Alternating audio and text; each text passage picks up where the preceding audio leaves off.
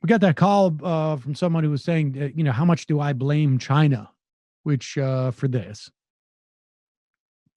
Here is Marsha Blackburn, and apparently there's some concern in Democratic circles that this blame China thing is part of a larger project to blame Joe Biden. I'm not quite sure I fully get that connection. I think there's plenty of problems with Joe Biden at this point. I don't know if China is one of them.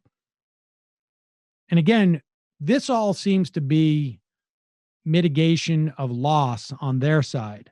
We're not at the point in the election where we start to see them attempt to focus on keeping voters from coming out for Joe Biden. But here is Marsha Blackburn from Tennessee,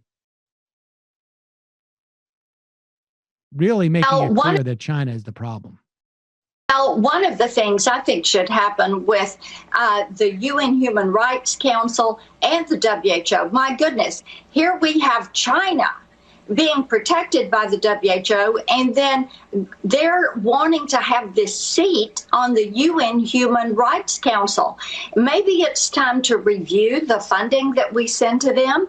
Maybe it is time to send that message that what China did, listen, China is not our friend. They are our enemy. They have been ripping us off, taking our jobs.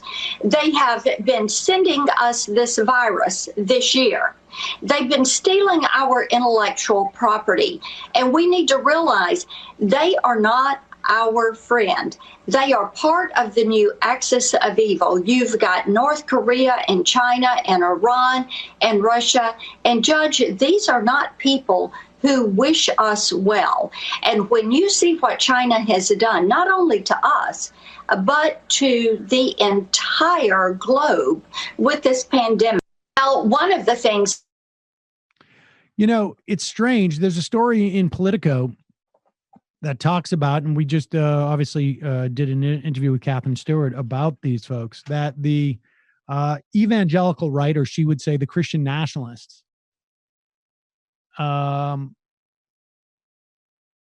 really pushing this line about attacking China. And it is sort of dovetailing a little bit with, Josh Hawley and this sort of America First manufacturing populism.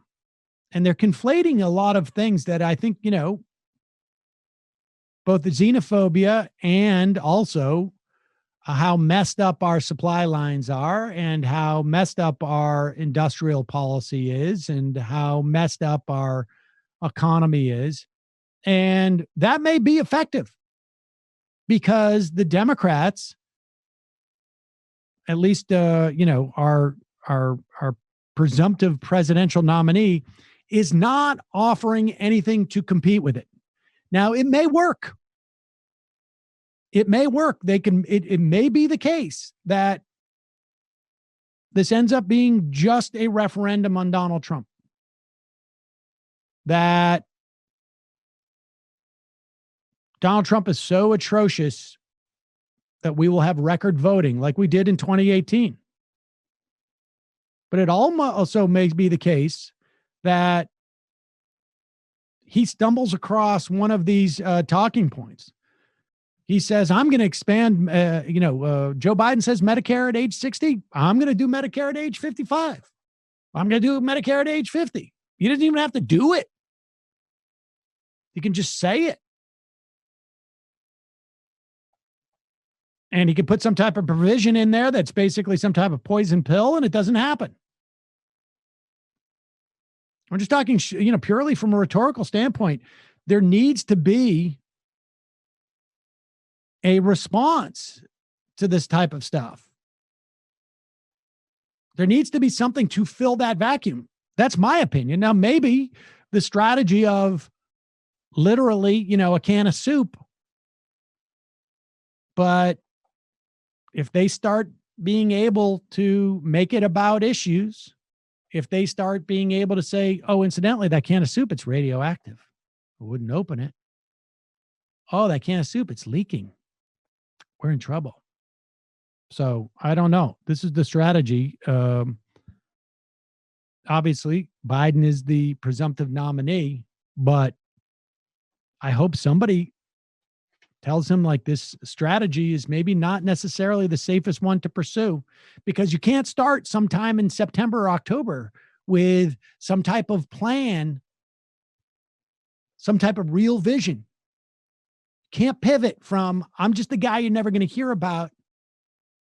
I'm just a guy who's going to bring everything back to normal in some way. You know, you'll think about the president once every couple of months. And then in October or September, make the pitch like, but I'm going to do this stuff for you. The ship will have sailed at that point.